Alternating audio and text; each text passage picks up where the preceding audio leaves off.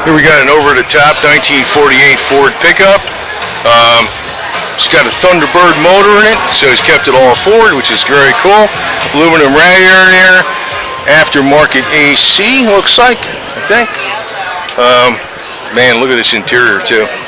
I mean, it's exactly fitted for this car, and it's more modern, but it's not something he took out of a modern car and installed this. This is all 100% custom with a fold-down armrest.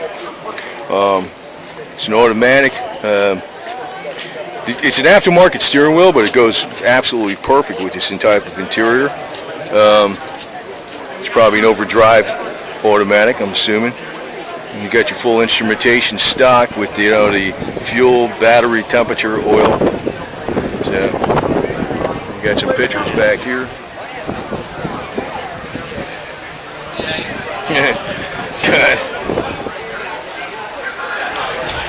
Got a little bit of work to do with this thing, that's for sure. God, man. Yeah. Anyway. Extremely well done. Extremely well done.